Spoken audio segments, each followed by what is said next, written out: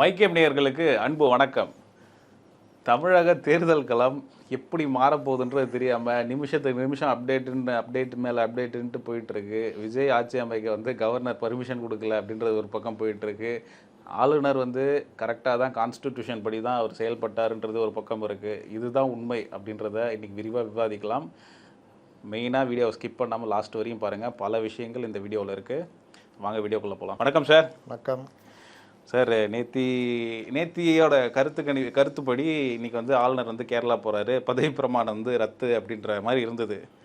காலையில் கேரளா போல் மறுபடியும் வந்துட்டார் அப்படின்றது. சரி, இன்றைக்கி பதவி பிரமாணம் நடக்குமா அப்படின்னு பார்த்தா ஆளுநர் அழைத்து மறுபடியும் 118 எம்எல்ஏ உங்கள்கிட்ட இருக்கா, அந்த லிஸ்ட்டு கொடுங்க அப்படின்னு கேட்டிருக்காரு. ஏன் மறுபடியும் அழைச்சி கேட்டிருக்காரு? நேற்று ஆளுநர் கிட்டத்தட்ட எனக்கு லிஸ்ட்டு வேணும்னு சொல்லி அனுப்பிச்சி விட்டார். அதற்கு பிறகு இவர்கள் போய் மறுபடியும் எங்களுக்கு பதவியேற்க நீங்கள் அனுமதிக்கணும்னு போனப்போ ஆளுநர் சந்திக்கலை. ஆதவ அர்ஜுனெல்லாம் போனப்போ செக்ரட்டரி மட்டும் பார்த்துட்டு வந்தார்னு நினைக்கிறேன். அதற்கு பிறகு நேற்று முழுவதுமே ஆளுநருக்கு எதிராக கோஷங்கள், பாஜக இது பண்ணது, இந்த சிபிஎம் சிபிலாம் போராட்ட அறிவிப்பு, இந்த இதெல்லாம். அப்புறம் இன்னொரு செக்ஷன் என்ன பண்ணுதுன்னா, ஆளுநர் வேலையே இதுதான். கர்நாடகாவில் இப்படி தான் பண்ணாங்க, மகாராஷ்டிராவில் இப்படி தான் பண்ணாங்க, அதனால் இங்கேயே இந்த மாதிரி பண்ணுறாங்க. ஃப்ளோர் டெஸ்ட் சட்டசபையில் தான் நடத்தணும், ஆளுநர் இது மாதிரி கேட்குறது தப்பு இப்படின்னு மூத்த பத்திரிகையாளர்கள் பல பேர் உருட்டுறாங்க. இந்த கருத்து பெருசாக ஆகுது. இதனுடைய கிளாரிஃபிகேஷன் நேற்றே கொஞ்சம் கொடுத்தோன்னு நினைக்கிறேன். இன்றைக்கி இந்த விவகாரத்தில் இப்போ விஜய் முதலமைச்சராக வரணும், விஜய் பதவி ஏற்கணுன்றதில் நம்ம நேற்றுலேருந்து நம்ம சொல்கிறோம். அதுதான் சரியானதும். கூட்டணி ஆட்சி தான் வேணும். நீங்கள் யாராக இருந்தாலும் விஜயை ஆதரிக்கணும். அவர் அந்த மக்கள் அவர் கொடுத்த அந்த தீர்ப்பை மதிக்கணும். எல்லாருமே முடிந்தால் அதிமுகவும் அவர்களுக்கு ஆதரவு கொடுக்கணும். விஜய் என்கிற அரசை நீங்கள் ஆற விடுங்க. அது தப்பாக இருந்தால் மக்களே புறக்கணிக்க போகிறாங்க. திமுக கூட அவங்களுடைய அறிக்கை சொல்லியிருக்காங்க, நாங்கள் டிஸ்டர்ப் பண்ண மாட்டோம் 6 மாதம் வரையும் அப்படின்ட்டு. பார்ப்போம் என்னென்ன டிஸ்டர்ப் பண்ணுவாங்க பாருங்கள். அவ்வளோ பண்ணுவாங்க. இடதுசாரிகள் ஒரு ஆட்சி மாற்றம் வந்தால் முதலாளித்துவ அரசுகளில் அதில் நம்ம அதை பயன்படுத்தி அரசியல் மாற்றத்தை கொண்டு வரணும், மக்களுக்கு தேவையான விஷயங்களை பண்ணணும். அதற்காக நம்ம பாராளுமன்ற நடைமுறையை இருக்கும் வரை அதை பயன்படுத்தணும் அப்படின்றது இடதுசாரிகளுடைய நிலைப்பாடு. அப்போ ஒரு மாற்றம் வரும் பொழுது அதற்குள்ள முதலாளித்துவ கட்சிகளுக்குள் மாற்றங்கள் பிளவுகள் வரும் பொழுது அதை நாம் வெகு தந்திரமாக பயன்படுத்த வேண்டும் அப்படின்னு. இது வைகோவுக்கு வந்தப்போ அதை பண்ணாங்க. ஆனால் வைகோ ஒன்றுக்கு உதவாத ஆளுன்னு போக தெரிஞ்சுக்கிட்டாங்க. பல இடங்கள் அந்த மாதிரி நடந்திருக்குது. இப்போது தமிழகத்தில் 2 திராவிட கட்சிகள் இல்லாத ஒரு 3வது மாற்றாக விஜய் வந்திருக்கிறார். இதை மாற்று வேணும் தானே மக்கள் நல கூட்டணி அமைச்சிங்க. ஆமாம். இனி திராவிட கட்சிகளுடன் கூட்டணி இல்லை அப்படின்ற நிலைப்பாடை 2015க்கு பிறகு எடுத்தாங்க இடதுசாரிகள். அந்த நேரத்தை தான் இதை ஜெயலலிதா பயன்படுத்தினாங்க. சும்மா தாங்கிறாங்க, அவங்கள வச்சே ஃபார்ம் பண்ணுங்கன்னு சொல்லி ஃபார்ம் பண்ணாங்க. அப்போது அந்த மாதிரி நிலைப்பாடு எடுத்தவர்கள் அதுக்கப்புறம் அந்த மக்கள் நல கூட்டணி என்ற மாபெரும் தோல்விக்கு பிறகு இது வேலைக்கு ஆகாது. அதுவே பைத்தியக்காரத்தனம். நீங்கள் என்னென்ன வாய்ப்புகள் இருக்கிறதோ அதை எல்லாவற்றையும் பயன்படுத்தி அதன் மூலம் மக்கள் பிரதிநிதிகளாக இடதுசாரி எண்ணம் கொண்டவர்களை அமர்த்தி மக்களுக்கு என்னென்ன அது மூலிமா நல்லது செய்ய முடியும் அப்படின்றத கூடிய வரையிலும் இடதுசாரிகள் பயன்படுத்தணும் அப்படின்றதான் கட்சியுடையது. அப்போது 2 பேர் அங்கே போனீங்கன்னா ஒருத்தருக்கு அமைச்சர் கொடுக்குறாரு அப்படின்னா இதை பயன்படுத்தலைன்னா தப்பு இருக்குது. இன்னொன்று 2 பேருக்கு நீங்கள் நல்ல சர்டிஃபிகேட் கொடுக்க முடியுமா? டிஎம்கேக்கு நல்ல சர்டிஃபிகேட் கொடுக்க முடியுமா? 5 வருஷம் இருந்தீங்க, கொடுத்து தானே இருந்தீங்க. என்னென்ன சர்டிஃபிகேட் கொடுத்தீங்க? மாபெரும் சிறப்பான நேர்மையான அரசுன்ற மாதிரி சர்டிஃபிகேட் கொடுத்தீங்க. அவங்களோட சேர்ந்து உங்கள் பேரும் கெட்டு போச்சு. இனிமேலாவது ஒரு பிராய்ச்சித்தம் பண்ணலாம்ல, தப்பை திருத்திக்கலாம்ல. கம்யூனிஸ்டுகள் பிராய்ச்சித்தம் பண்ண வேண்டும். எதை? தாவேகாவை ஆதரிப்பதன் மூலம் பிராய்ச்சித்தம் பண்ணலாம். அதுக்கப்புறம் அவங்க சரியில்லைன்னா அப்புறம் பார்த்துக்குங்க. அப்படியே போகும்போது கரெக்டுன்னு பார்த்து தான் போகிறீங்களா? அப்போ திமுக என்ன உறுதிமொழி வாங்கிட்டு போனீங்க? அவங்க தான் உங்களுக்கு கொடுத்தாங்க 5 சீட்டு வச்சுக்க அப்படின்னு. வலது கம்யூனிஸ்ட் கேட்கவே தேவையில்லை. விசிகா இப்போ நீங்கள் எல்லாம் முடிவெடுத்தீங்கன்னா அந்த ஆட்சி அவர் பதவி ஏற்பதற்கான பிரச்சனை இல்லை. அதற்கான பேச்சுவார்த்தை இப்போ தொடங்கிட்டு இருக்கிறாங்க. ரைட், போட்டோம். இதில் நேற்று இந்த மாதிரி குளறுபடிகள்லாம் வந்த பொழுது ஆளுநர் தெளிவாக சொல்லிட்டார் 118 வேணும். இந்த குளறுபடிகளை ஏன் ஆளுநர் சொன்னார் நேற்று பேசிட்டோம். குதிரை பேரம் நடக்கும். ஆமாம். விஜய் சாதாரண மனிதராக இருப்பதற்கும் முதலமைச்சராக இருப்பதற்கும் வித்தியாசம் இருக்குது. விஜய் கட்சியில் நேற்று நான் இன்னைக்கு பேசின பொழுது ஒரு முக்கியமான ஒரு தலைவர் என்ன சொன்னார்னா, எங்கள் தலைவருக்கு குதிரை பேரம் பிடிக்காது, அதிமுகவிலேருந்து உடைத்து கொண்டு வந்து எங்களை ஆதரிப்பது என்பதும் எங்களுக்கு விருப்பம் இல்லை, வேணா அதிமுக ஆதரிச்சா அது பற்றி பரிசீலிக்கலாம், இல்லை யாரையாவது 10 பேர் வாங்க 20 பேர் வாங்கன்னு அப்படி பணம் கொடுத்து இந்த குதிரை பேர இது நடத்துறதுக்கு எங்கள் தலைவருக்கு இஷ்டம் இல்லை அப்படின்னார். நல்ல விஷயம். நான் இப்போ சொல்ல போகிறது உதாரணம், அவர்கள் செய்வார்கள்னு சொல்லலை. விஜய் முதலமைச்சராக இந்த 108 பேர் இருக்கும் போதே முதலமைச்சராக பதவி பிரமாணம் செஞ்சு வச்சுட்டா விஜய் கையில் ஃபுல் பவர் வந்துடும். அப்போது ஐஏஎஸ் ஐபிஎஸ் இந்த அரசு எந்திரத்தை பயன்படுத்தி எதிர்கட்சிகளுடைய எம்எல்ஏக்களை குதிரை பேரங்கள் மூலியம் வாங்கலாம். அதிகாரத்துக்கு வந்தால் என்ன வேணால் பவர் இருக்கும். அப்போ அந்த மாதிரி பண்ணி தன் ஆட்சியை தக்க வச்சுக்கலாம். அதற்கு முன்கூட்டியே எதற்கு கவர்னர் உதவி செய்யணும். ஒன்று, கவர்னர் உதவி செய்யணும். ஆமாம், வேறு நீ சிங்கிள் ஆர்ஜிஸ்ட் பார்ட்டி நீங்கள் கொடுத்துட்டீங்க பவரை, அவர் அடுத்து இந்த பெரும்பான்மை நிறுவனத்துக்கு ஒரு 15 நாள் டைம் கொடுக்குறீங்க, அவர் ஒரு 20 எம்எல்ஏ வேலைக்கு வாங்கி சைலண்ட்டாக இருங்க, என்கிட்ட பவர் இருக்குதுங்க வாங்க ஃப்ளோ டெஸ்ட் ரைட்டு ஆதரிக்கும் போது அந்த 2 பேரும் 2 கட்சியிலேருந்து 10 பேர் ஓட்டு போடுறாங்க. இவர் ஒரு 118, அது ஒரு 20, 138 பேர், அவ்வளோதானே. அப்போ அதுக்கப்புறம் அந்தந்த கட்சியுடைய கொறடா உத்தரவை மீறியதுனால இவர்களை தகுதி நீக்கம் செய்யணும் அப்படின்னு சபாநாயகர்கிட்ட கொடுப்பாங்க. சபாநாயகர் வாங்கிட்டு கொஞ்ச நாள் ஊற போடுவார். அதுக்கப்புறம் தகுதி நீக்கம் பண்ணுவார். தகுதி நீக்கம் பண்ணோன்னா அவர்களை விட்டே கோர்ட்டு கூட போக வைக்கலாம். அந்த கோர்ட்டில் வழக்காக போய் இந்த காலகட்டத்திலாம் என்ன நீ 6 மாதம் ஒன்ஸு தகுதி நீக்கம் பண்ண இது ஃப்ளோர் டெஸ்ட்டு நம்பிக்கையில்லா தீர்மானம் வந்துடுச்சுன்னா அதுக்கு அடுத்து 6 மாதம் பொறுத்தான் கொண்டு வர முடியும். சும்மா நினச்சிலாம் கொண்டு வர முடியாது. நான் வரல செருப்பாக இருந்துச்சு, இது சரியில்லை, நான் நம்பிக்கையில்லா தீர்மானம் கொண்டு வரேன், இப்போ கொண்டு வந்தியா இதுலேருந்து 6 மாதம் கழிச்சு. அப்போ 6 மாதம் கழித்து நம்பிக்கையில்லா தீர்மானம் வருது. இந்த 6 மாதத்தில் இந்த 20 பேர் விவகாரம் அப்படியே கோர்ட்லேயே எங்கேயோ இருக்குது. 2017 தான் நடந்தது. 22 பேர் கட்சியை விட்டு இவரை ஆதரிச்சாங்க, டிடிவியை தகுதி நீக்கம் பண்ணார் சபாநாயகர். அதை எடுத்து அவங்க கோர்ட்டுக்கு போனாங்க. அவங்க பண்ண பெரிய தப்பு அதுதான். நான் அப்போவே எழுதியிருப்பேன். இவர்கள் கோர்ட்டு விவகாரம் முடிகிற வரைக்கும் எடப்பாடி பழனிசாமிக்கு பிரச்சனையே இல்லை. இருக்கிற ஆளில் அவர் மெஜாரிட்டி காமிக்கணும். அப்போ 20 பேர் இல்லை, 214, 107 பேர் 108 பேர் இருந்தால் போதும், காமிச்சிட்டு தள்ளினார். 2019 வரைக்கும் தள்ளினார் 2 வருஷத்தை. 2019க்கு முன்னாடி கோர்ட்டு இவங்களை தகுதி நீக்கம் செய்தது சரிதானோன்னா அவங்க பதவி போச்சு. அதற்கு பிறகு அந்த நோட்டிஃபிகேஷன்ஸ் தேர்தல் ஆணையத்துக்கு போய் அவர்கள் தேர்தல் நடத்தினாங்க பார்லிமெண்ட் எலெக்ஷனோட சேர்த்து. அதில் இவர்கள் 8 22 நடந்துன்னு நினைக்கிறேன். இவர்கள் 8 என்னமோ அவர்கள் மீதி. அப்போ இவர்களுடைய ஆட்சியை காப்பாற்றிக்கிட்டாங்க. அந்த மாதிரி இப்போ இந்த 10 பேர் விஜய் கட்சியை ஆதரிச்சிட்டாங்க. விஜய் தன்னுடைய பவரை பயன்படுத்தி தகுதி நீக்கம் ஆகிடுச்சு. அவங்க கோர்ட்டுக்கு போயிட்டாங்க. கோர்ட்டு வழக்கு போயினே இருக்குது. 6 மாதம் ஆகிடுச்சு. மறுபடியும் ஒருத்தர் நம்பிக்கையில்லா தீர்மானம் கொண்டு வராரு. அன்னைக்கு 114 பேரில் 108 பேர் இருந்தால் போதும். இவர்கிட்ட தான் இருக்குமே, இந்த காங்கிரஸ் இவரை சேர்த்தால 114 வந்துடுதுல்ல, அப்போ பிரச்சனை இல்லைல்ல, இப்படி தள்ளலாம். அதற்கு பிறகு எல்லாம் முடிஞ்சு இல்லை கோர்ட்டு ஓகே நீக்கினது சரிதான்னு கொடுத்துட்டாங்க. அதுக்கப்புறம் நோட்டிஃபிகேஷன் போய் தேர்தல் வரும். தேர்தலில் இந்த 2 பேரையும் தாவேக்காலேயே அந்த 20 பேரையும் சேர்த்து நிப்பாட்டினா தாவேக்கா ஜெயிச்சுது வச்சிங்க. 128 எம்எல்ஏ ப்ளஸ்ஸு காங்கிரஸ் ஒரு 5, 133. வேறு யாராவது வந்திருந்தால் அதை சேர்த்துக்கலாம். தெரியுதா? அப்போ இப்படி நடக்கக்கூடாதுன்றதுக்காக தான் ஆளுநர் அப்படி சொன்னார். இந்த மாதிரி ஒரு வேளை நடந்துருமோ அப்படின்றதுக்காக தான் குதிரை பேரத்தை தடுக்க, எப்பா 112 பேரை காமிச்சிரு நான் கொடுக்குறேன், அதுக்கப்புறம் நீ பண்ணிக்கோ, அது வாங்கி அதில் வந்து நான் தலையிட முடியாது அப்படின்னு. இதை வந்து நேற்று எல்லாம் உருட்டுறாங்க. எப்படி உருட்டுறாங்க? கர்நாடகாவில் நடந்தது போல் ஆளுநர் அட்டூழியம், மகாராஷ்டிராவில் நடந்தது போல் அட்டூழியம், இங்கேயும் இந்த மாதிரி செய்கிறார்கள். அதை ஏன் அந்த கேள்வி வருதுன்னா, ஆளுநருக்கு அந்த அதிகாரம் இருக்கான்றது தான் அந்த கேள்வி வருது. ஆளுநருக்கு பல அதிகாரம் இருக்குங்க. ஆளுநருக்கு ஒரு மசோதாவை நிறுத்தி வைக்கிற அதிகாரம் இருக்குது. அது எவ்வளோ காலம்ன்றது ஒரு குறிப்பிட்ட காலம், இல்லாட்டி ஜனாதிபதிக்கு அனுப்பிச்சி விட்றலாம், இல்லை திருப்பி அனுப்பலாம். திருப்பி அனுப்புனா அதையே மீண்டும் சட்டமன்றத்தில் வைத்து நிறைவேற்றி அனுப்புனா அதுக்கு அவர் கையெழுத்து போடணும். அக்செப்ட் பண்ணி தான் ஆகணும். இந்த மாதிரிலாம் இருக்குது. துணைவேந்தர்கள் நியமனத்துக்கு அவர் நிறுத்தினார். 10 மசோதா நிறுத்தி வச்சுருந்தார். சுப்ரீம் கோர்ட்டு போனாங்க. சுப்ரீம் கோர்ட்டு திடீர்னு பெஞ்சு 2 பேர் பெஞ்சு அதிரடியாக சில தீர்ப்புலாம் கொடுத்தாங்க. ஆளுநர் அது மாதிரிலாம் பண்ணக்கூடாது, அதிகாரம் இல்லை, இவ்வளோ நாள் தான் டைமு, 201 ஆர்டிகல் 201 பிரகாரம் இப்படி தான் பண்ணணும், அவர் துஷ்பிரயோகம் பண்ணியிருக்காரு, அதனால் நாங்களே உத்தரவிடுறோம். 10 மசோதாவும் நிறைவேறினதாக அர்த்தம். முதல் அத்துமீறல். ரெண்டாவது, ஆளுநர் இந்த மாதிரி நடந்துக்கணும். ஜனாதிபதிக்கு சொல்கிறோம், நீங்கள் ஆளுநர் இந்த மாதிரிலாம் உங்களுக்கு அமிச்சாருன்னா அதை 3 மாதத்துக்குள்ளே நீங்கள் பண்ணணும் அப்படின்னு. இது ரெண்டாவது அத்துமீறல்.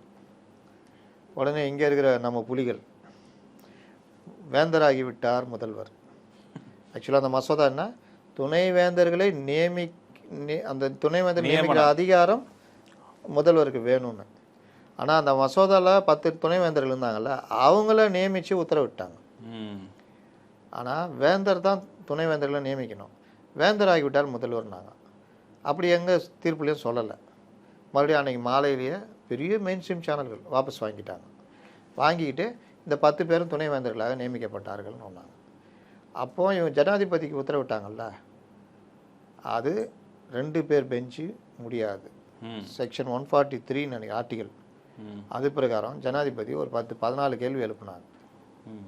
அதை எப்படி எழுப்பலான்னு இவங்க கேட்குறாங்க. ஜனாதிபதி எங்கே இருக்கிறவங்க எப்படி எழுப்பலாம் விட்டா என்னென்னவோ கேட்பாங்க. நீ எதுக்கு நாசா ராக்கெட் அமிச்சுன்னு கூட கேட்பாங்க. முடிஞ்சதா? ஜனாதிபதி கேட்டவுடனே அதில் என்ன பிரச்சனைனா, ஜனாதிபதிக்கு கான்ஸ்டியூஷன் சம்பந்தமாக உத்தரவிடுவதற்கு கான்ஸ்டியூஷன் பெஞ்சுக்கு தான் அதிகாரம் உண்டு. 5 பேர், 7 பேர், 9 பேர், 12, 11 பேர், 13 பேர், இப்படி. ஏன் ஒத்தப்படனா மாறுபட்ட நிலைப்பாடு ஏதோ ஒரு சைடு வரணும். ஆமாம். அப்போ 2 பேர் பெஞ்சு உத்தரவிட முடியாது, கான்ஸ்டியூஷன்லேயே இது பண்ண. அதெல்லாம் கேள்வி வச்சுருந்தாங்க. உடனே 5 பேர் கொண்ட பெஞ்சை சிஜேஐ நியமித்து மாநிலங்களை கருத்து கேட்டு அவங்க தீர்ப்பை கொடுத்தாங்க. ஜனாதிபதிக்கெலாம் உத்தரவு போட முடியாது. இது ஒரு 3 முனை. இதில் எது அதிகாரன்ற மாதிரிலாம் ஒரு ஆட்டெல்லாம் ஆட முடியாது. ரெண்டாவது, இந்த கேஸை கையில் எடுத்தாங்கல்ல, அப்போவே இந்த 10 பேர் நியமனம் அந்த உத்தரவே ரத்தாயிடும். ஏன்னா அது அவங்கள்ட்ட போயிடும். ஆமாம். அப்போது ஆளுநர் உத்தரவை மீறி இந்த மசோதாக்களை உத்தரவிட்டதெல்லாம் சரியில்லை. இந்த மாதிரி பல இது சொன்னாங்க. ஆளுநருக்கு இந்த மாதிரி அதிகாரம் இருக்குது, இதை பயன்படுத்தணும்னு. இப்போ இதில் எவ்வளோ முரண்பாடுகள் இருக்குது தெரியுதா? ரொம்ப நுணுக்கமாக பார்த்தா தான் நான் இப்போ சொன்னதெல்லாம் எவ்வளோ முரண்பாடு பண்ணாங்களே. அந்த மாதிரி ஆளுநருக்கு அதிகாரம் எப்போ இருக்குது? இதே ஆளுநர் இவங்க இதெல்லாம் விட்டாங்க, பொன்முடி கைதாகிறாரு, அதான் அவருக்கு தண்டனை கிடைக்குது, அவர் தகுதி நீக்கம் செய்யப்படுறார். அவர் உச்சநீதிமன்றம் போய் அவர் தண்டனை நிறுத்தி வைக்கிறார். தகுதி நீக்கம் ரத்தாகுது. தேர்தல் ஆணையம் அவரை மறுபடியும் எம்எல்ஏ ஆக்குறாங்க. எம்எல்ஏ ஆக்கணுன்னா முதலமைச்சர் என்ன பண்ணுறாரு, அவரை அமைச்சராக பதவி பிரமாணம் செய்யணும்னு கவர்னருக்கு இது கொடுக்குறாரு. நல்லா புரிஞ்சுங்க. நேற்று கூப்பிட்டு இன்றைக்கி கண்டிச்சாங்கன்னு தகவல் வருதில்ல, டிஜிபி தலைமைச் செயலர். ஏன் கண்டிச்சாருன்னா, எந்த நோட்டிஃபிகேஷனும் ஆளுநர் மாளிகையிலிருந்து தான் வரணும். முதலமைச்சர் சட்டமன்றத்துடைய தலைவர், மக்களால் தேர்ந்தெடுக்கப்பட்ட சட்டமன்றத்துடைய தலைவர் முதலமைச்சர், அவருக்கு தான் அதிகாரம் இருக்குது. ஆனாலும் இந்த அதிகாரத்தை கண்காணிக்கிற நெறிப்படுத்துகிற வேலை கவர்னருக்கு உண்டு, கான்ஸ்டியூஷன் ஹெட்டு. அப்போ இவர் ஒரு பரிந்துரை செய்கிறாருன்னா அதை ஆளுநர் வழி நடத்தணும். இதில் தப்பான பரிந்துரை பண்ணார்னா அது ஆளுநர் நிறுத்தி வைக்கலாம், சரி முடியாதுன்னு சொல்லலாம். இப்போ எம்எல்ஏவே இல்லாதவரை கூட அமைச்சராக பதவி ஏற்கிறதுக்கு சொல்லலாம். அதுக்கப்புறம் ஒரு 6 மாதத்துக்குள்ளே எங்கேயாவது நின்று அமைச்சர் ஆகலாம், இல்லை பதவி போயிடும்.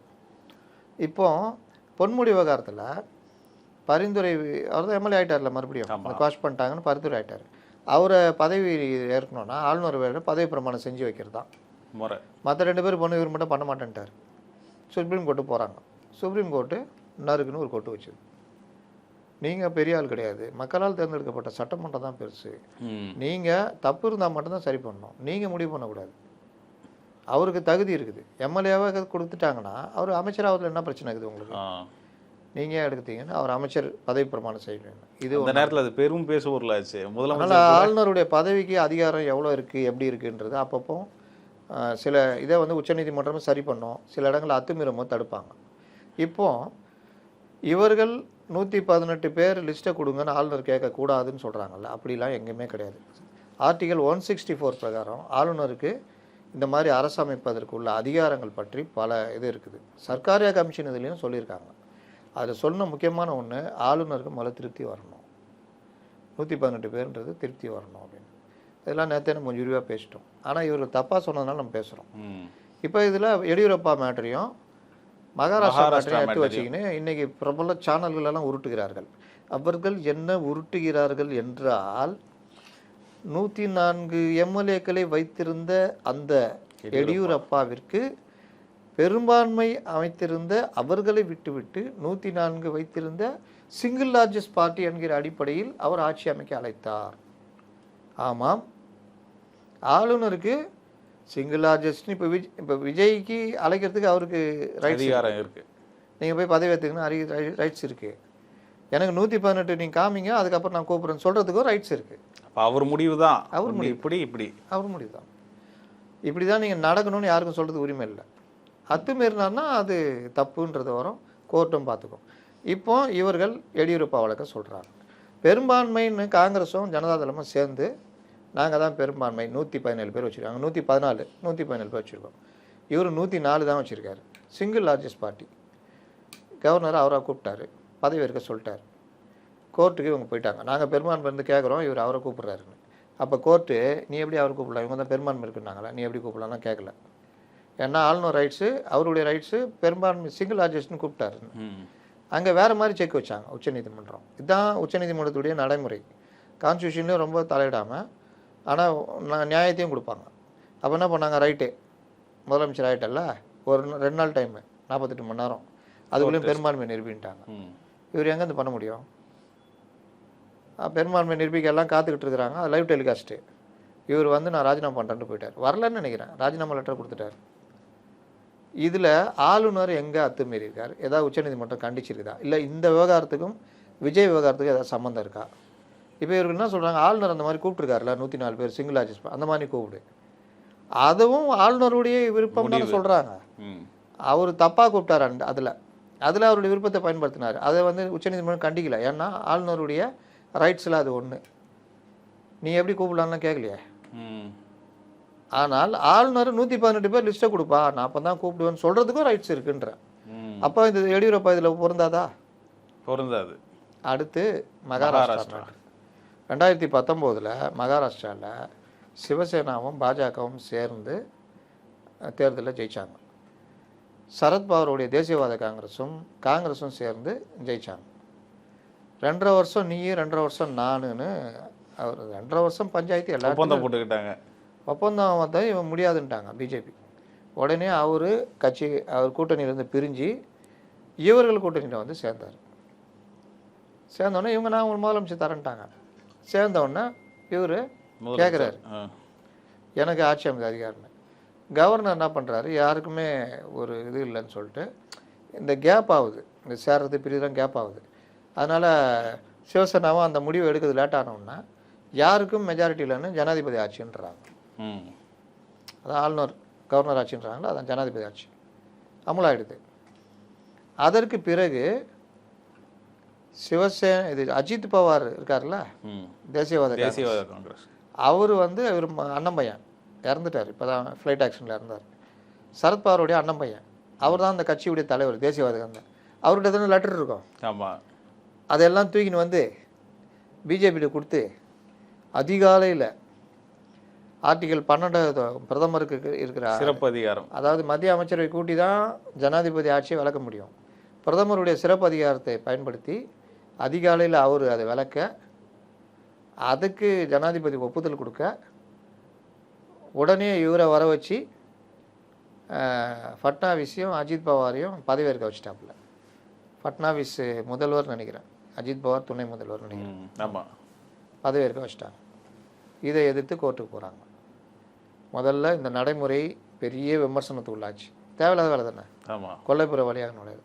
2வது அஜித் பவார் பண்ண தப்பு, இதெல்லாம் கொடுத்து வாங்கினது இவங்க எல்லாரும் சேர்ந்து பண்ணிட்டாங்க. அதுக்கு தான் கவர்னரை பொறுத்த வரைக்கும் ஏம்பா அவர் 50 பேர் கொடுத்துட்டாரு, இவர்கிட்ட 80 பேருக்கு மேலே இருக்காங்க, என்னை பொறுத்த வரைக்கும் கணக்கு கரெக்டு, நான் கூப்பிட்டேன். அதையும் உச்சநீதிமன்றம் கண்டிக்கலை. என்ன சொல்லிச்சு, ஃப்ளோர் டெஸ்ட் பண்ணுங்கச்சு. அப்பவும் கவர்னரை கண்டிக்கல. ஏன்னா கவர்னரை பொறுத்த வரைக்கும் லிஸ்ட்டு கரெக்டாக இருக்குது. இவர் எங்கே மாட்டுறாங்கன்னா ஃப்ளோர் டெஸ்ட்டு பண்ண முடியல. ஏன்னா சரத்பவார் வந்து அந்த எம்எல்ஏக்கள்லாம் எங்களுடைய எம்எல்ஏக்கள். அஜித் பவார் என் கட்சியில் இருந்த தலைவர், அவர் அங்கே ஓடி போயிட்டார். அவர் மட்டும்தான் போனார். எங்கள் எம்எல்ஏக்கள் எங்கிட்ட தான் இருக்காங்க. அந்த கடிதத்தை தூக்கின்னு போயிட்டார். அதுக்கு இதுக்கு சம்மந்தம் இல்லைன்ட்டாங்க. அப்புறம் ஹோட்டலில் வச்சு பாதுகாத்தார். ஃப்ளோர் டெஸ்ட்டில் தோற்று போயிட்டாங்க. எல்லாரும் 2 பேரும் பதவி விலகினாங்க. அதுக்கப்புறம் இவர் சிவசேனா, அவர் உத்தவ் தாக்கரே அவங்க ஆதரவோடு அவர் முதலமைச்சரானார். அப்போ பிஜேபி முடிவெடுத்துச்சு, பேட்டா காலி பண்ணுறேன்னு. காலி பண்ணி இன்றைக்கி ஃபட்னாவிஸ் வந்துட்டான்னு வச்சுங்க, அது அப்புறம் கதை. அப்போது இதில் எங்கேயாவது கவர்னருடைய ரோலும் விஜய் மேட்ருக்கும் ஏதாவது பொது வருதா? இல்லை. எதுக்குடா இதெல்லாம் கொண்டு போய் சேர்க்குறீங்கன்னு கேட்குறேன். இங்கே பிரச்சனை என்னென்னா, ரொம்ப சிம்பிளாக சொல்லணுன்னா, ஆளுநருக்கு என்னென்ன அதிகாரம் இருக்குன்னு பல விஷயங்கள் இருக்குது. ஒரு அரசு அமைவதற்கு ஒருவர் உரிமை கோரினால் அவர்கிட்ட சாதாரணமாக என்கிட்ட 130 பேர் இருக்கிறாங்க அப்படின்னா, போங்க. எப்போ சார்? குளிகை சார். என்னைக்கு சார்? வெள்ளிக்கிழமை. 2 நாள் கழிச்சா? சரி ரைட்டு போங்க. எப்பா விஜய் இந்த தேதி வெள்ளிக்கிழமை இந்த தேதியில் பதவி ஏற்கிறார். ராஜ்பவனா? இல்லை சார், நாங்கள் வந்து மக்கள் மத்தியில். அப்படியா? சரி. மக்கள் மத்தியில் மவுண்ட் ரோட்டில் வச்சு பதவி ஏற்கிறார். அதெல்லாம் வரணும் கவர்னர். எம்ஜிஆர் பதவி ஏற்றார். ஆனால் அங்கே ஏற்கல, ராஜாஜி ஆள் உள்ள பதவி ஏற்றிட்டு வெளியில் வந்து கலந்துக்கிட்டார் அப்படின்ட்டாங்க.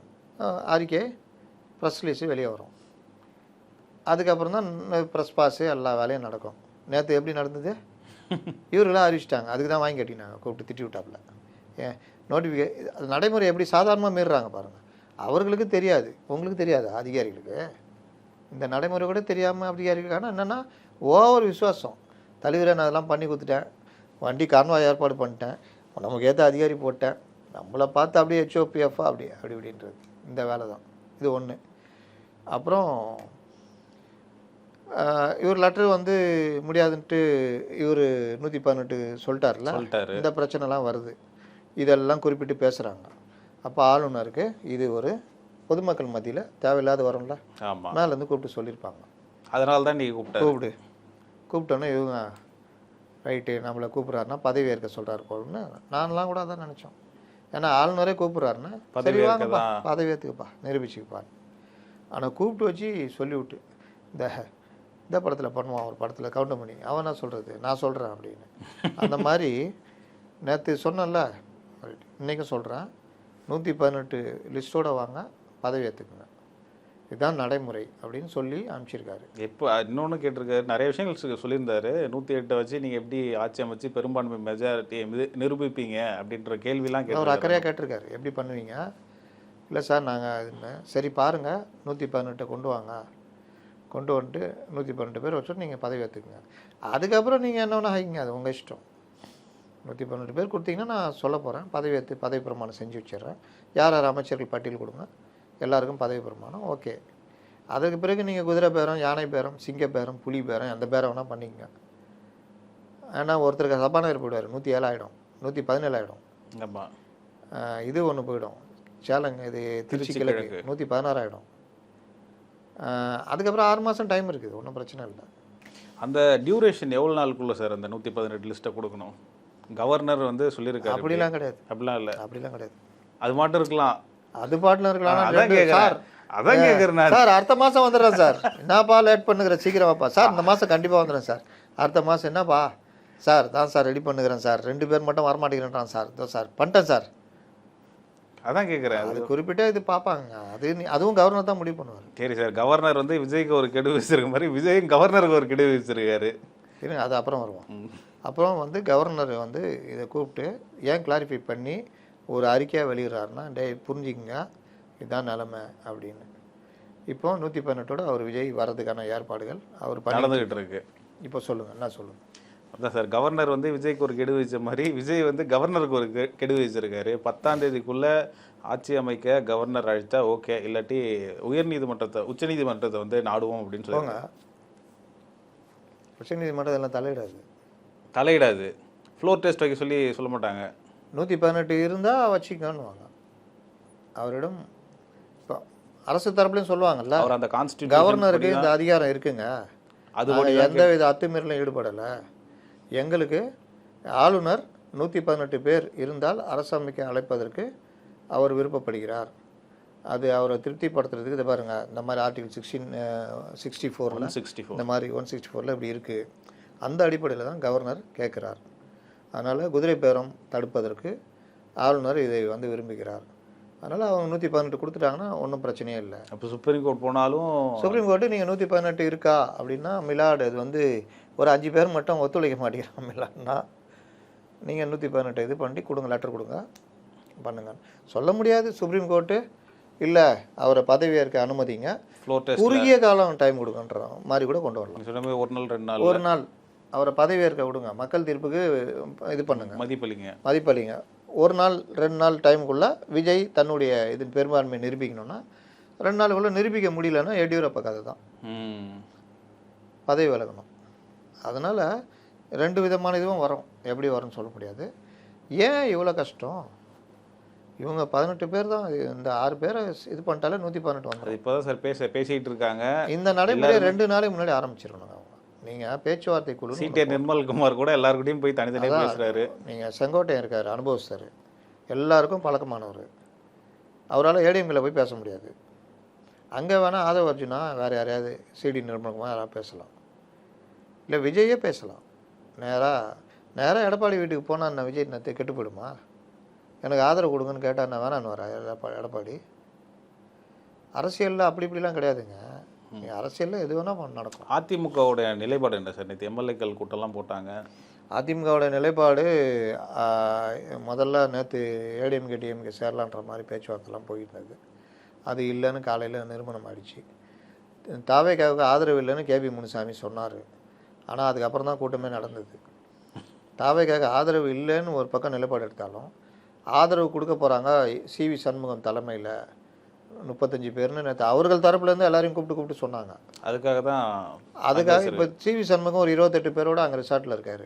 இப்போ அவர் 32 பேரோடு வந்தால் தான் கட்சி தாவல் தடை சட்டம் பாயாது. ஒருவேளை அதுக்கு தான் உட்காந்துருக்காரோன்னு எனக்கு தெரியாது. ஆனால் அவர் ஏன் அங்கே போய் தனியாக 28 பேரோட உட்காந்துருக்காரு? மற்ற ஒரு 4-5 பேர்கிட்ட பேசிக்கிட்டு இருக்காங்களா?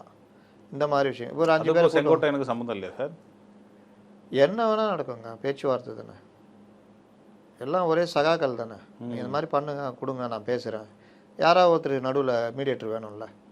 விஜய்கிட்டையும் பேசுகிறேன், உங்கள்கிட்டையும் பேசுகிறேன். இது என்ன பொதுப்பணித்துறை வேணுங்க, என்னங்க பொதுப்பணித்துறை கேட்குறீங்க, அதை கேளுங்க. போக்குவரத்துறை வேணுங்க, இது வேணுங்க, 5 பேராவது வேணுங்க. இப்படி இந்த மாதிரி நெகோசியேஷன்லாம் போய்கிட்டு இருக்கும். அதனால் இதையும் ரொம்ப சீக்கிரமாக முடிப்பாங்க. ஒன்று ஏடிஎம்கேவா நெகோசியேஷன். ஆனால் ஏடிஎம்கேக்கு என்ன பிரச்சனை? 28 பேர் கூட போக முடியாது. ஆமாம், இம்மீடியட்டாக பீஸை பிடிக்கும். 32 பேரோட போனால் எடப்பாடியாலும் ஒன்றும் பண்ண முடியாது. 28 பேரோட போய் எடப்பாடி லெட்டர் கொடுத்து தகுதி நீக்கம் ஆயிடுச்சுன்னா அதோட கதை முடிஞ்சது. கட்சி 2ஆக உடஞ்சிரும். இல்லை எடப்பாடி கையிலே கட்சி இருக்கும். இந்த மாதிரி சட்ட சிக்கல்லாம் இருக்குது. அதனால் இன்னும் தெரியுமா, லாவில் நம்பர் 1 ஆளு அதிமுகவில் சிவி சண்முகம் தான். அதிமுகவில் எப்போல்லாம் பிரச்சனை வருதோ அது சிவி சண்முகம் சரி பண்ணுவார். சிவி சண்முகத்தை பார்த்து நான் வியந்து போன விஷயம், சட்டசபையில் ஜெயலலிதா இருக்கும்போது அமைச்சர்கள் பேசும்போது எங்கே தப்பாயிடுமோன்னு குறிப்பெலாம் வச்சுக்கின்னு இந்த கீழேருந்து எடுத்து வச்சு பேசு. அவர் மட்டும்தான் குறிப்பே இல்லாமல் பேசுவாருங்க. சேகர் பாபுட்டையும் அதை நான் பார்த்துருக்கேன். மனப்பாடம் பண்ணுறாரோ என்னமோ அவராக சொல்லுவார் அந்த விஷயத்தை. இவர் முக்கியமான விஷயங்களை நம்பர்ஸ் கொண்டு அப்படியே பேசுவார். லீகலாக பிரச்சனை வந்தால் அதை எப்படி சமாளிக்கணும்னு அவருக்கு தெரியும். அப்படிப்பட்டவரே இப்போ 28 பேரோட உட்காந்துருக்காருன்னா அவர் எப்படி கொண்டு போவார்ன்றது தெரியும். அதனால் இதுதான் விவகாரம். அது 2 பிரிஞ்சதுனால தான் அவர் தனியாக உட்காந்து தெரியலங்க எனக்கு. அதை பற்றி தகவலே வரமாட்டேங்குது. ஒருவேளை எல்லாரும் ஒத்துக்கிட்டு குதிரை பேரம் தான் நடந்துட போதும்னு எடப்பாடியே சொல்லி போய் அங்கே உட்காந்துருக்காருன்னு எனக்கு தெரியாது. அது அவங்க உள்கட்சி விவகாரம். இனிமேல் வந்தால் நம்ம அதை பற்றி சொல்லலாம். அப்போ 8 பேர் இங்கே இருக்கிறாங்க, 6 பேர் இங்கே இருக்காங்க. 6 பேர் இருக்காங்க. அந்த 6 பேர் கூப்பிட்டாலே 118 வந்துடும். அதனால் இவர்களும் இப்போ பேச்சுவார்த்தை போதில்லை. எல்லாருமே அறிக்கை விட்டுருக்காங்க, நாளைக்கு செயற்குழு கூட்டம் இருக்குது, அதனால் அதில் வந்து செயற்குழு அப்போ இன்றைக்கி நடந்துருது. அவங்க தலைவர் வச்சு நடத்துனாங்கல்ல. ஆமாம் சார், அதுவும் கேட்கணும். இருந்தேன் தேசிய தலைவர் ஸ்டாலின் அவர்களை இன்னைக்கு காலைல எல்லாருமே சந்திச்சிருக்காங்க. என்ன காரணமாக? அண்ணா மன்னிச்சிங்கண்ணா, நான் மன்னிச்சிங்கண்ணா, நான் போகிறேன்னா 6லேருந்து 60 சொல்லுவாப்புல. அவர் மியூசிக் வேறு வரும். அந்த மியூசிக் டன்னு வரும். அப்படியே ரஜினி அப்படியே இருப்பார். இந்த சின்ன தம்பி 2வது தம்பி அப்படியே வச்சுட்டு நிற்பான். என்னப்பா அப்படின்னு பார்ப்ப ரஜினி. இல்லை அண்ணன் கூப்பிட்டாரு. தம்பி இன்னொரு ரஜினியுடைய பெரிய தம்பி நல்லா பணக்காரனா செட்டிலாக இருப்பாப்புல. பெரிய பணக்கார விட்ட பொண்ணை தான் கட்டி. உடனே என்னப்பா அண்ணன் கூப்பிட்டாரு போகிறேன்னு. இவன் ஒருத்தன் தான் அந்த வீட்டு வேலைலாம் பார்த்துருப்பான். சரி போப்பா அண்ணா. அவர் போனோம்னா ரஜினி இப்படி பார்ப்பாரு. ஆறுல இருந்து மியூசிக் ஒன்று போடுவாங்க. பார்த்தீங்களா மியூசிக் ஞாபகம் வருதா? அந்த மாதிரி நம்ம தலைவர் இப்படி இருப்பார். எல்லாம் இந்த சைடு சண்முகம், இந்த சைடு வீரபாண்டியன் எல்லாம் நிற்பாங்க. என்னப்பா அண்ணா கூப்பிட்டாரு போகிறான்னு நினைக்கிறேன், போங்கப்பா அப்படின்ட்டு அண்ணா அப்படியே சாஞ்சிக்கார் மேலே. இந்த மியூசிக்கு பின்னாடி இந்த ஒருத்தர் அழுதுகிட்டு இருப்பார். யார்? சேகர் பாபு. வேற என்ன அண்ணா பாருங்க, உங்களுக்கு போய் இந்த நிலமை பாருங்கண்ணா, கூட இருந்தீங்க என்னவோ பண்ணீங்க, நன்றிக்கு தான் பாருங்கண்ணா. அசால்ட்டாக சொல்லிட்டு ஏய் கம்முனிரியா, நம்ம செட்டப் எல்லாம் போட்டோம் அப்படின்னு அந்த மாதிரி பர்மிஷன் வாங்கிட்டு இங்கே வெளியே வந்து செயற்குழு பொதுக்குழு நாங்கள் கூட்டி விட்டு முடிவு செய்வோம்னு. பாவம் அவர் ஆட்சிக்கு வந்திருக்காரு 108 பேர். அவர் ஆட்சி செய்ய விடுங்களேன். அவங்க தான் சொல்லிட்டாங்களே சார் நாங்கள் டிஸ்டர்ப் பண்ண மாட்டோம் 6 மாதத்துக்கு. ஏங்க டிஸ்டர்ப் அது வேறங்க, அவர் ஆட்சி செய்கிறதுக்கு உதவி பண்ணுங்கன்றேன். இப்போ இடதுசாரிகள் தான் முந்திக்கிட்டு போய் பண்ணணும். மாற்றம் வந்திருக்கு, ஒரு இளைஞர் வந்திருக்காரு, நம்மளுடைய கொள்கைகள் நல்ல விஷயங்களை அவர் மூலயமா பண்ண வைக்கலாம். சரிப்பா நான் வரேன்ப்பா, நான் நிற்கிறேன், பண்ணு, இந்த மாதிரிலாம் பண்ணி கொடு, இதை பண்ணு அதை பண்ணு, பாட்டிலுக்கு 10 ரூபா முதல்ல கட் பண்ணு, நானே பாட்டு பாடிக்கிறேங்க, அதாங்க சொல்கிறேன், பண்ணுங்க, இதை பண்ணுங்க அதை பண்ணுங்க. காங்கிரஸ் மாதிரி போகிறாமா இப்போ சொல்லிட்டு போகலாம் அப்படின்னு நினச்சிருக்காங்களோ? அதான் அண்ணா கிளம்புறேண்ணே, பெரிய அண்ணன் கூப்பிட்றாரு, அதுதான். சரி சார், அப்போது இப்போ இன்றைக்கி சிடிஆர் நிர்மல்குமார் வந்து ஒருத்தவங்களையும் தனித்தனியாக போய் பார்த்துருக்காரு, பேசியிருக்காரு. அவங்களும் அவங்ககிட்ட சொன்னதுமே அதுதான் நாளைக்கு வந்து செயற்குழுவில் கூட்டி முடிவெடுக்கிறதா சொல்லியிருக்காங்க. அவர்களும் வந்து கம்யூனிஸ்ட் கட்சி என்ன முடிவெடுக்குதோ அதை சார்ந்து முடிவெடுக்கிறோன்னு சொல்லியிருக்காங்க. இப்போது நிர்மல் நான் பார்த்துக்கிறேன், அண்ணன் பார்த்துக்கிறேன், போ எங்கே போய்ட்டு போகிறேன், நான் கூப்பிட்டு வந்துடுறேன், இங்கே தான் இருக்க போகிறேன். இதற்கிடையில் வந்து செம்மலை அவர்கள் வந்து என்ன கருத்து சொல்லியிருக்காங்க, திமுக அதிமுக வந்து கூட்டணி பேச்சுவார்த்தை போயிட்டுருக்குன்னு கேட்டதுக்கு அவர் என்ன சொல்லியிருக்காருன்னா, மறுக்கலை, பட் அதே சமயம் என்ன சொல்லியிருக்காருன்னா, நீங்களே சொல்லிட்டீங்களே அது வந்து வதந்தி அப்படின்னு சொல்லியிருக்காரு. இப்படியும் இல்லாமல் இப்படி இல்லாமல் சொல்லியிருக்காரு. அரசியல்வாதிகளுக்கு வாய் பேசவா சொல்லி கொடுக்குறீங்களா சார்? ஒரு சுவாரஸ்யமான கொஷின் கேட்கணும் தான், அதுக்கான வாய்ப்பு இல்லை, பட் இருந்தாலும் அந்த கேள்வி கேட்டுடுறேன். ட்விட்டரில் வந்து எக்ஸ் வலைத்தளத்துலேருந்து போயிட்டு இருந்தது, ஒருவேளை திமுக அதிமுக வந்து ஒன்றிணைஞ்சதுன்னா ஒரு காமன் சிஎம்மாக ரஜினியை போடலாம் அப்படின்ற ஒரு பேச்சு அடிபட்டு இருந்தது. ட்ரம்பை போடலாங்க, பாவம் அவர் தான் ரொம்ப எல்லா இடத்துலையும் வந்தாங்க. ட்ரம்பை கொண்டு வந்து போட்டிங்கன்னா இங்கேருந்து ஒரு பக்கம் ஈரான் வாருக்கு. ஆமாம், பேச்சுவார்த்தை மாற்றதெல்லாம். இவர் திருமாவளவன் போடலான்றாங்க.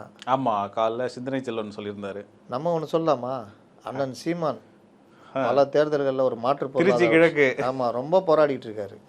அதனால் திமுக அதிமுக சேர்ந்து அண்ணன் சீமானை முதல்வர் ஆக்கிட்டு தாவேகா திருச்சி கிழக்கு நிற்க வச்சு அவரை ஜெயிக்க வைக்கணும்.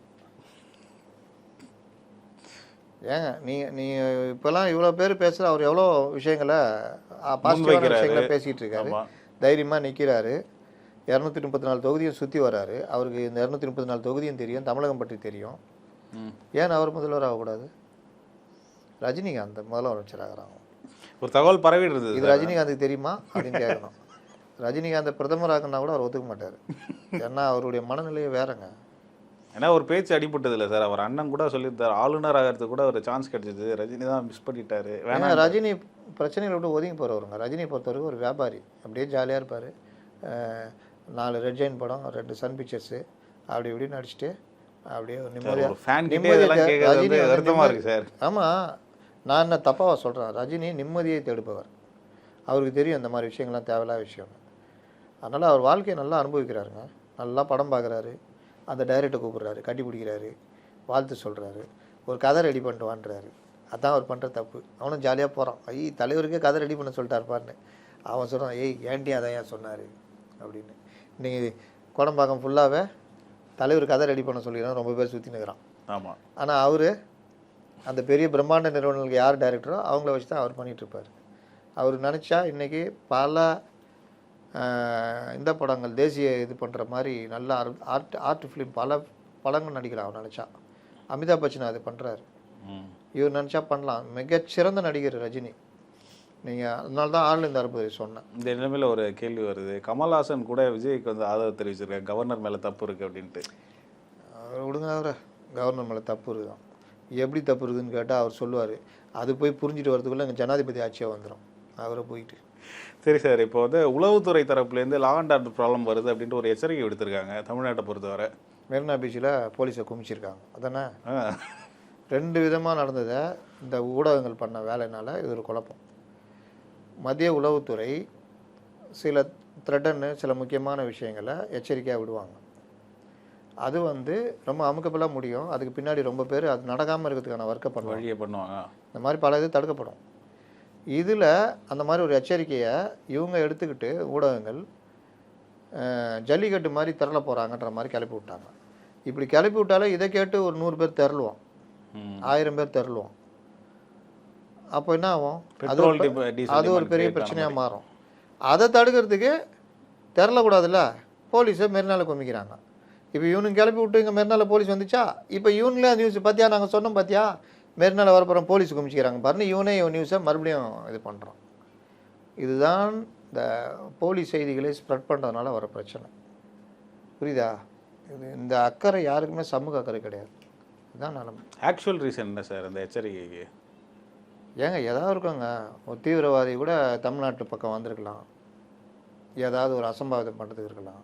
அது அவங்களுக்குள்ள அமுக்கபுலாக சொல்லி செட் பண்ணி தூக்கிடுவாங்க, நடக்கூடாமல் தடுத்துருவாங்க, ஏதாவது இருக்கும். இதுதான்லாம் நீங்கள் சொல்ல முடியாது. அது ஒரு நோட்டிஃபிகேஷன் வரும், அதை எடுத்துக்கிட்டு இது ரெட் அலர்ட்டு ஆரஞ்சு அலர்ட்டுன்னு இந்த மழை பெய்யும் போது சொன்னாங்கல்ல, அது அவங்களுடைய நடைமுறைக்காக சொல்கிறது. அதை தூக்கிட்டு ரெட் அலர்ட் விடப்பட்டது. இப்போ எல்லாரும் அது பொது சொல்லாயிடுச்சு, ரெட் அலர்ட்டு ஆரஞ்சு அலர்ட்னு கொண்டு போயிட்டாங்க. இல்லை, இங்கே இன்னும் அந்த பதவி பிரமாணம் அதெல்லாம் நடக்கலை, ஒரு ஒரு கவர்மெண்ட் ஃபார்ம் ஆகலை. இந்த மாதிரி டைமில் வந்து ஒரு லா அண்ட் ஆர்டர் பிரச்சனை வந்துருக்கு. ஏங்க அதை தாங்க அந்த எச்சரிக்கையை இவனுங்க இப்படி திருப்பி விட்டாங்க. இதுதான் இவர்கள் உருவாக்குகிற லேண்ட் ஆர்டர்ஸ் பிரச்சனை. ஓகே, அங்கே திரள போகிறாங்கன்னு சொன்னால் திரள போகிறாங்களான்னு ஒருத்தன் 1000 பேர் திரளுவான். அதை இவன் போய் மறுபடியும் வீடியோ எடுத்து போடுவான்.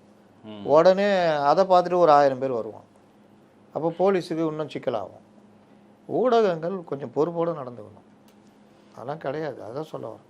சரி சார், கள நிலவரம்லாம் எப்படி இருக்குது? அந்த 6 மக்கள் நல கூட்டணி அப்படியே நாளைக்கு வந்து விஜய் கூட இணைஞ்சிருவாங்களா? என்ன நிலவரம்? ஆப்ஷன் 1 மக்கள் நல கூட்டணி இணைஞ்சி 118 பேரை காமிச்சு அவர் பதவி ஏற்றுக்கலாம்.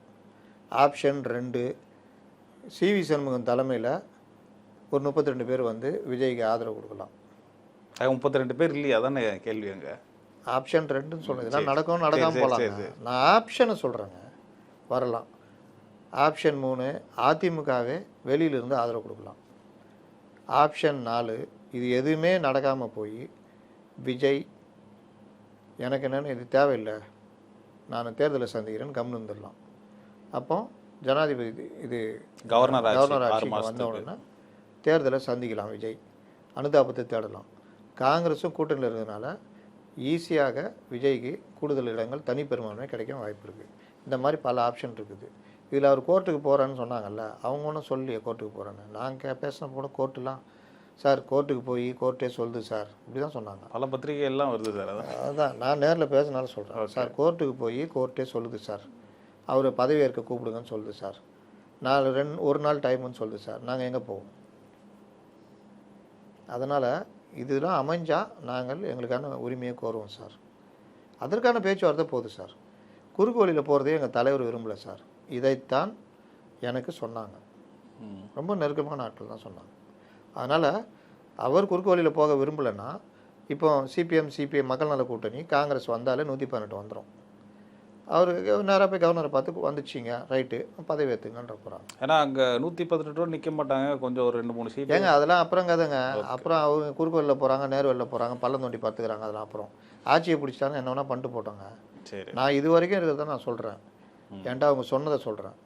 அதற்கு பிறகு என்னங்க நீங்கள் சொன்னீங்க, அவர் பார்த்தா திமுகவில் 10 பேர் அதிமுகவில் 10 பேர் விலைக்கு வாங்கியிருக்காரு, நீங்கள் என்னமோ யோகியர்னு சொன்னீங்கன்னா அதுக்கெல்லாம் நான் பொறுப்பேற்றுக்க முடியாது. நான் இந்த பதவி ஏற்கிற வரைக்கும் உள்ள சிச்சுவேஷனை அவர்கள் சொன்னதை சொல்கிறேன். புரியுதா? அதில் கூட 118 வந்தால் அப்புறம் 6 மாதம் பொறுத்து தான் இவங்க 6 மாதத்துக்கு தான் பிரச்சனை. இவங்க நடுவுலேயே உள்ளாட்சி தேர்தல் வச்சு ஜெயிக்கிறாங்க. அப்போ தானாக விரும்பி 10 பேர் வந்து சேர்றாங்க, என்ன பண்ணுவீங்க? ஏங்க நாங்கள் ஒன்றும் குதிரை பேர் நடத்தலைங்க. திமுகலேருந்து 10 பேர் அதிமுக 10 பேர் வந்து சேர்ந்துட்டாங்க. ஏன் பதவி பண்ணாலும் பரவாயில்ல, என்னை காப்பாற்றியானின்னு கேட்டு வந்துட்டாங்க. சரி வான்ட்டாங்க. இப்போ அவங்க தேர்தலில் நிற்கிறாங்க, நான் ஆதரவு கொடு, என்ன பண்ணுவீங்க? அதனால் என்ன வேணுமானோ எதையும் கணிக்க முடியாது. ஆமாம். இப்போ சார் ரொம்ப அழகாக உங்கள் கருத்துக்களை பதிவு பண்ணிட்டீங்க. மீண்டும் ஒரு நேர்காணலில் சந்திப்போம். நன்றி சார். இந்த வீடியோ உங்களுக்கு பிடிச்சிருக்குன்னு நம்புகிறோம். மேலும் இந்த மாதிரி பல வீடியோக்களை பார்க்க மைக்கம் சேனலை சப்ஸ்கிரைப் பண்ணுங்கள், ஹை பட்டனை கிளிக் பண்ணுங்கள். புது சேனலான மைக்கம் என்டர்டைன்மெண்ட் சேனலையும் சப்ஸ்கிரைப் பண்ணுங்கள். பல வீடியோஸ் அதில் உங்களுக்காக காத்துக்கிட்டு இருக்கு. மீண்டும் அடுத்த வீடியோவில் சந்திப்போம். நன்றி.